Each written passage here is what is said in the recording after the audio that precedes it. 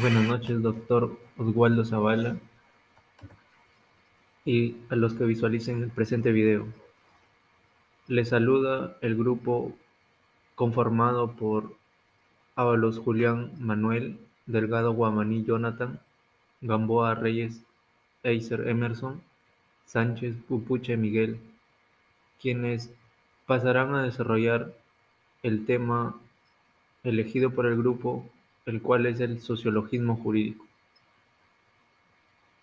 El quienes vamos a desarrollar cinco temas puntuales, que son el origen histórico, el concepto del sociologismo jurídico, autor o autores representativos, las características principales y diferencias con otras teorías del derecho, y para finalizar, la apreciación crítica.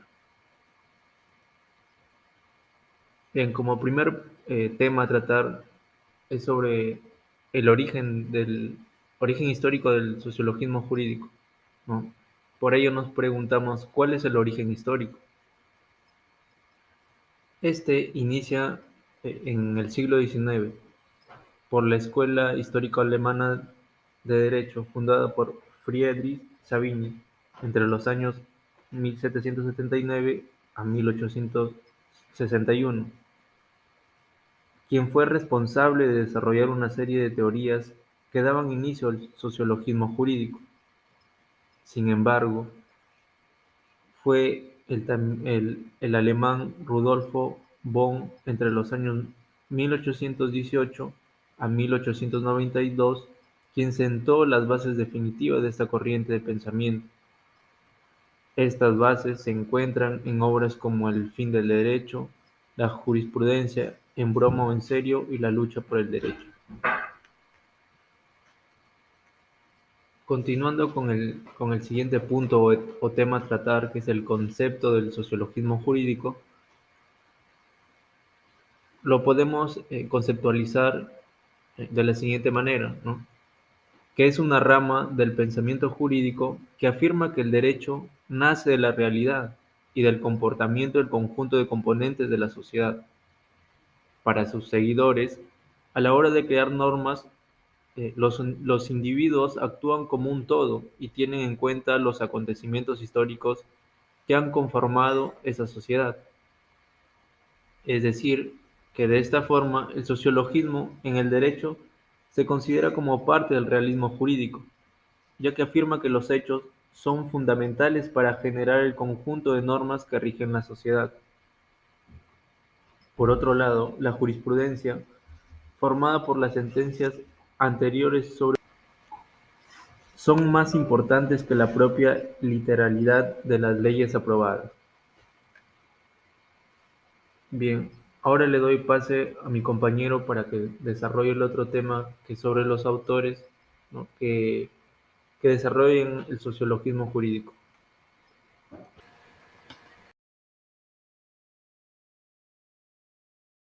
Representantes de la sociología jurídica. Dentro de ellos tenemos a los representantes clásicos. Entre ellos está Emilio Durkheim, un francés nacido en el año 1858, proveniente de una familia de rabinos, que después de haber sido educado en esta religión, toma cierta distancia para poder analizar los preceptos morales desde un punto de vista objetivo, para lo cual busca establecer un método y un objetivo de estudio y ver lo aparente y en el trasfondo de los hechos sociales, y estudiarlos así empíricamente y poder contrastarlos con la realidad social, mediante un enfoque hipotético y deductivo unido a la dialéctica y a la integración funcional. Dentro de sus grandes aportes al campo de las ciencias sociales están las reglas del método sociológico. Emilio Durkheim ve que el cambio social debe considerarse como un proceso de evolución, es decir, la transición social de la solidaridad mecánica, que se caracteriza por el derecho represivo, a la solidaridad orgánica, constituye en una de las mejoras evolutivas. Por lo que se entiende a la solidaridad mecánica como un agrupamiento que une a las sociedades pequeñas y sencillas y tribales en donde cada uno mira el mundo en idéntica forma y se compromete en actividades semejantes. Por el contrario, la solidaridad orgánica establece un sistema de relaciones funcionales en donde los vínculos de cooperación entre los individuos se produce con base en los conocimientos y soluciones que cada cual puede optar para las necesidades del otro. Una de las preocupaciones de Durkheim era el rápido cambio social, ya que esto podría impedir que la gente viera esta independencia, ya que cuando la sociedad cambia tan rápidamente o para mal, la gente tiende a perder su orientación. Dicha incomprensión genera la anomia, es decir, la no norma, la ausencia de solidaridad social, el resquebrajecimiento de la moral colectiva. La gente a través de esto se vuelve insegura acerca de las reglas que se deben aplicar y pierde las conexiones para apoyar a los grupos y de ahí la necesidad de una fuerza coaccionaria ante la dignidad alterna, de crisis y de un desorden. Otro de los puntos que estudia también Durkheim es el hecho social llamado suicidio, y establece que este se basa en causas sociales y por tanto en sí mismo en un fenómeno colectivo. Solicitando a través Durkheim de un permiso al gobierno, comienza a estudiar los anuarios y establecer interpretaciones de que por qué un acto privado como lo es el suicidio afecta a la sociedad, por lo que establece que los suicidios son fenómenos individuales que responden a causas esencialmente sociales. Max Weber, nacido en el año 1864 en Alemania, es uno de los intelectuales alemanes que más vigencia tienen las diferentes disciplinas de las ciencias sociales y humanas. Su producción intelectual abarca la política, la economía, la administración, la sociología y el derecho. Evidencia de ello es su obra cumbre, La economía y sociedad. Para Weber, sostenía que la ciencia no puede dar lugar a los valores, ya que al verlos como productos históricos, por ende, este papel de los valores es un problema que tiene cada individuo en sí, que tiene que resolver en su propia vida. Es así como la ciencia debe contener su neutralidad valorativa y los científicos sociales deben suprimir en sí sus valores personales para que esto no influya en la investigación científica, para que con ello puedan ser lo más objetivo en la enseñanza y en la investigación. Con el estudio de la sociedad, Weber permite comprender de modo positivo y científico la influencia de los valores y las creencias sobre las formas de conducta humana.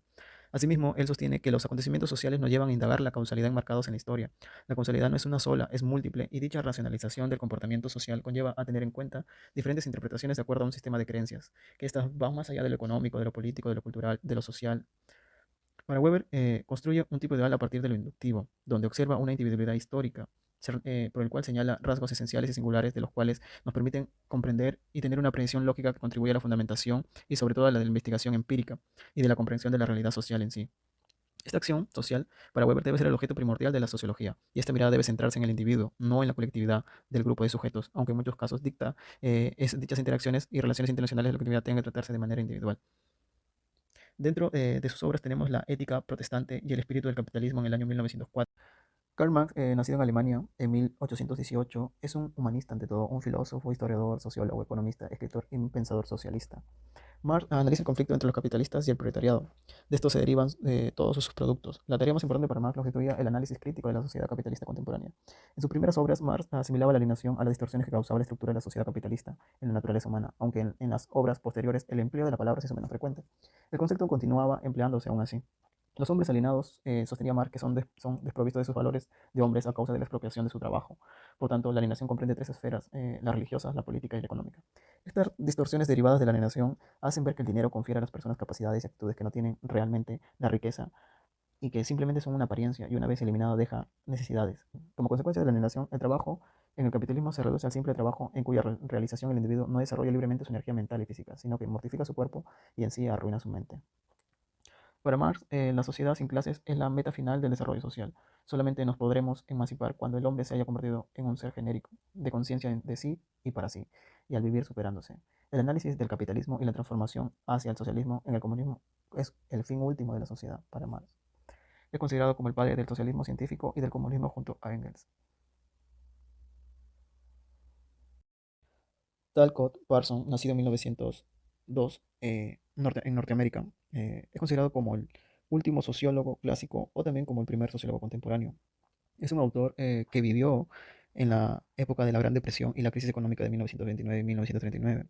Vivió también la Segunda Guerra Mundial y su posterior plan de restauración y recuperación del continente europeo, conocido como el Plan Marshall, en cuyos intereses Estados Unidos pretendía dar el freno al comunismo. Parson es uno de los primeros sociólogos que trae a Norteamérica las teorías sociológicas clásicas. Fue un profesor en Harvard y director del Departamento de Sociología y fundador y director del Departamento de Relaciones Sociales. En su libro La estructura de la acción social, publicado en 1937, no solo pretende dar a conocer la sociología más relevante, sino también sentaba las bases para el desarrollo de su propia teoría en sí. En su teoría hace una interpretación más global de una sociología funcionalista, capaz de enfrentar la crisis de los 30 y hacía un énfasis en la construcción de la teoría social, situando en una misma perspectiva o plano a cuatro autores, Durkheim, Weber y Alfred Marshall. El concepto de acción social lo toma de Weber, aunque para Parson la acción es un conjunto de elementos relacionados, es decir, un sistema. El descubrimiento que hace Parson con su teoría de la acción es que en ese momento este niega la acción y para dar la salida a esta negación propone lo que hoy se conoce en día como una teoría voluntarista de la acción, la cual busca la integridad de la voluntad humana en respuesta a un sesgo intelectualista y positivista que llevaba falsamente a atribuirle al individuo una hiperracionalidad. Parson, en la última fase de su obra, introducía la teoría de la evolución con la sociología y el sistema de las sociedades modernas y establece un nuevo modelo de proceso evolutivo. Por ende, la sociología da cuenta de los cambios y de su contribución de un lenguaje propio que conlleva a la autocreación. Dichas posturas y desarrollos de la teoría social parcioniana han conllevado a críticas como la de ser demasiado abstracto y negar el cambio y el conflicto social. Dentro de los sociólogos jurídicos contemporáneos tenemos a Robert Merton, nacido en Estados Unidos en el año 1910.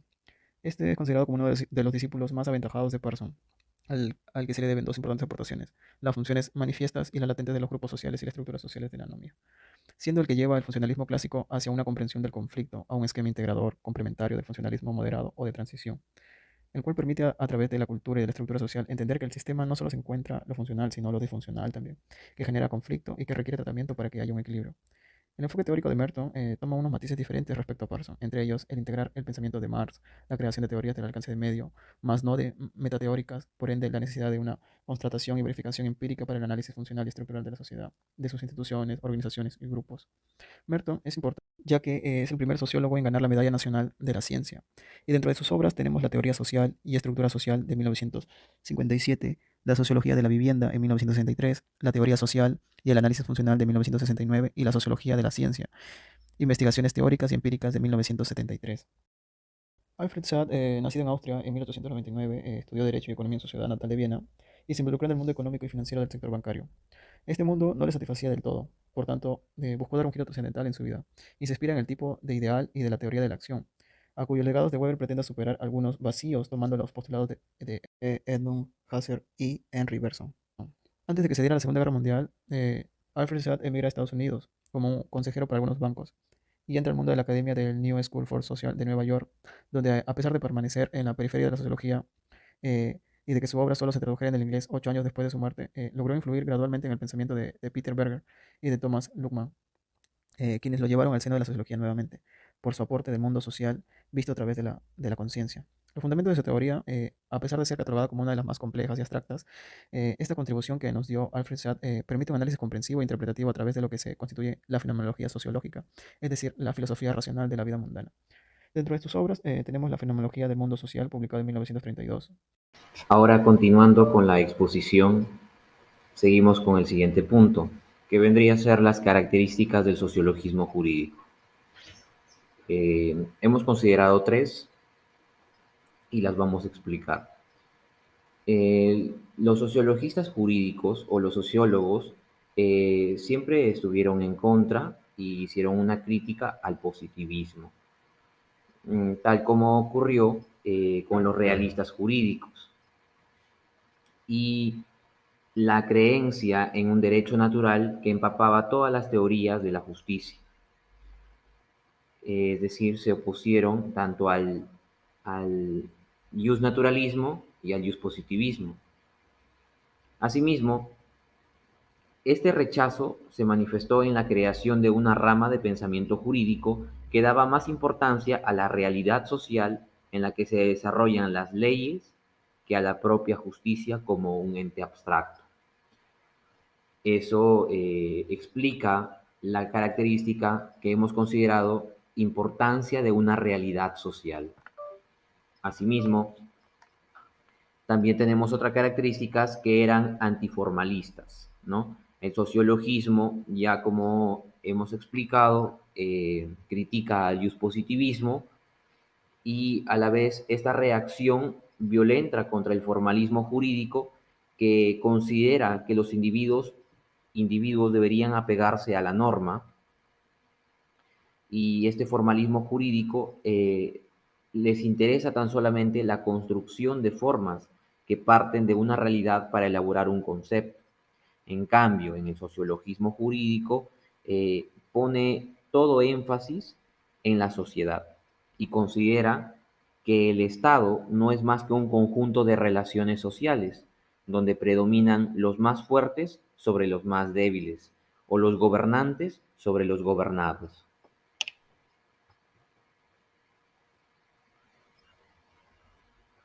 Ahora, continuando con el siguiente punto, vamos a explicar las diferencias con otras teorías del derecho. Aquí hemos hecho la diferencia tanto con el naturalismo, con el positivismo y comparándolo con el sociologismo, ¿no? Si bien es cierto, el naturalismo como concepto va a defender la existencia de los derechos del hombre, fundamentados o determinados en la naturaleza humana, que son universales y anteriores y superiores al derecho positivo. En cambio, el positivismo plantea su tesis central en la separación conceptual entre la moral y el derecho, lo que supone un rechazo a una vinculación lógica o necesaria también entre ambos. Y por otro lado, el sociologismo jurídico vendría a explicar que el derecho no está solamente formado por enunciados con contenidos, sino por las reglas realmente observadas por la sociedad o impuestas por la autoridad estatal. Asimismo, las diferencias que también hemos considerado de acuerdo a algunos apuntes de la doctrina vendrían a ser que el justnaturalismo desconoce del positivismo y lo subordina del naturalismo. Asimismo, en el justnaturalismo existen principios de moralidad que son externos y universalmente válidos, con una posición dogmática.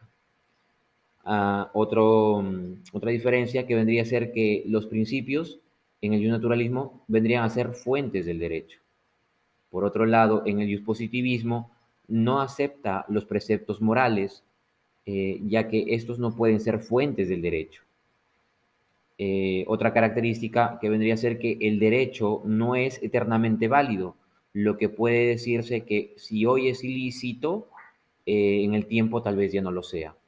Y a la vez, ambiguamente también, ¿no? Asimismo, que los principios también son relativos, ¿no?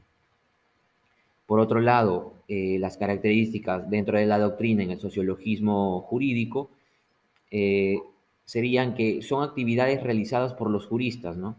Sobre temas con fines prácticos de propio derecho.